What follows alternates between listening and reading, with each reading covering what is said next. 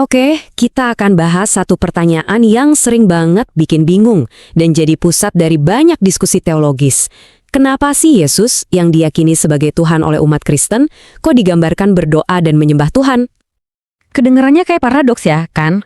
Kalau Yesus itu Tuhan, terus dia berdoa ke siapa? Masa iya Tuhan menyembah dirinya sendiri? Nah, ini pertanyaan yang sangat logis. Dan buat memahaminya, kita harus masuk dulu ke dalam kerangka berpikir teologi Kristen.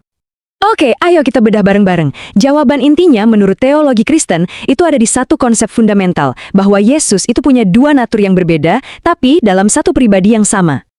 Konsep ini ada istilah kerennya, yaitu hypostatic union. Ini adalah doktrin yang bilang kalau Yesus itu 100% ilahi, dan di saat yang bersamaan 100% manusia. Dua natur ini nggak bercampur, nggak berubah, tapi nyatu dalam satu pribadi Kristus. Nah, ini kuncinya buat ngebuka semua pemahaman ini. Biar lebih kebayang, coba kita lihat gimana ini bekerja di prakteknya. Di satu sisi, sebagai manusia, Yesus itu ya melakukan hal-hal yang manusiawi. Dia berdoa, ngerasa capek, lapar, dan tunduk sama kehendak Bapanya. Tapi di sisi lain, sebagai Tuhan, natur ilahinya itu tetap utuh. Dia kekal, satu dengan Bapa, dan setara dalam keilahian.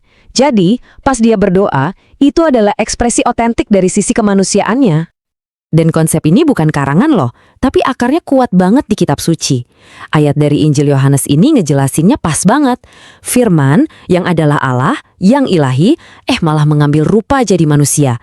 Jadi keberadaan natur manusianya itu bukan cuma sekedar mungkin, tapi emang jadi bagian penting dari teologinya. Yuk kita lanjut lihat gimana sih natur manusia ini diekspresikan. Injil itu ngasih banyak banget contoh yang nunjukin kalau Yesus itu benar-benar hidup sebagai manusia seutuhnya. Nah, ini mungkin contoh yang paling dalam banget. Di Taman Getsemani, kita bisa lihat Yesus itu ada dalam pergumulan manusiawi yang luar biasa. Dia berdoa, nunjukin ketundukan total pada kehendak Bapa. Ini momen puncak dari ekspresi natur manusianya. Jadi, ini nih poin krusialnya. Dari perspektif Kristen, doa ini tuh bukan tanda kalau dia lebih rendah dari Tuhan. Justru sebaliknya, ini dipandang sebagai teladan ketaatan manusia yang paling sempurna. Dia nunjukin gimana sih seharusnya seorang manusia itu berhubungan dengan Tuhan. Dan berdoa itu bukan satu-satunya bukti loh. Dia sering menyendiri buat berkomunikasi sama Bapa, ngerasain lapar dan haus, butuh istirahat ya kayak kita semua. Surat Filipi bahkan ngegambarinnya sebagai tindakan mengosongkan diri untuk jadi manusia. Semua ini negesin lagi kalau realitas kemanusiaannya itu nyata banget. Sekarang, gimana konsep dua natur ini nyambung ke gambaran yang lebih besar? Nah, disinilah kita perlu sedikit ngintip soal doktrin Trinitas. Trinitas itu gampangnya adalah keyakinan soal satu Tuhan yang ada dalam tiga pribadi yang berbeda. Ada Bapa, ada Anak, ya ini Firman yang jadi Yesus itu, dan ada Roh Kudus. Pribadinya beda, tapi mereka berbagi satu hakikat ilahi yang sama. Kalau kita paham ini, doa Yesus jadi punya konteks baru. Ini bukan soal Tuhan menyembah Tuhan, sama sekali bukan. Tapi ini adalah komunikasi antar pribadi dalam Trinitas. Sang Anak dalam wujud manusianya lagi berbicara sama Sang Bapa. Ini soal relasi, bukan soal kontradiksi.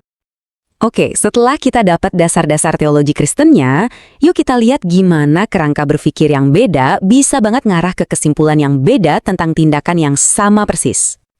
Disinilah kerangka teologis jadi penting banget. Coba kita bandingin ya. Dalam kerangka Kristen yang tadi kita bahas, dengan konsep dua natur dan Trinitas, tindakan Yesus berdoa itu justru jadi penegasan kemanusiaannya yang sejati, yang ada barengan sama keilahiannya. Tapi, kalau kita lihat dari kerangka tauhid dalam Islam, yang menekankan keesaan mutlak Tuhan, tindakan yang sama ini punya arti yang total berbeda. Dari sudut pandang ini, doa adalah bukti absolut kalau Yesus itu seorang nabi dan hamba Tuhan yang taat, bukan Tuhan itu sendiri. Kenapa? Ya karena Tuhan tidak menyembah.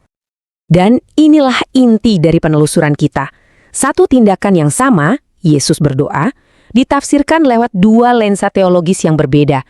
Dan hasilnya adalah dua kesimpulan yang sama-sama logis di dalam kerangkanya masing-masing, tapi bertolak belakang. Ini nunjukin betapa kuatnya sebuah kerangka berpikir dalam membentuk pemahaman kita akan realitas. Pada akhirnya, ini ngingetin kita semua bahwa waktu membahas topik kayak gini, pertanyaannya bukan cuma apa yang Yesus lakukan, tapi yang lebih mendasar lagi, lewat kerangka apa kita memahami tindakan tersebut?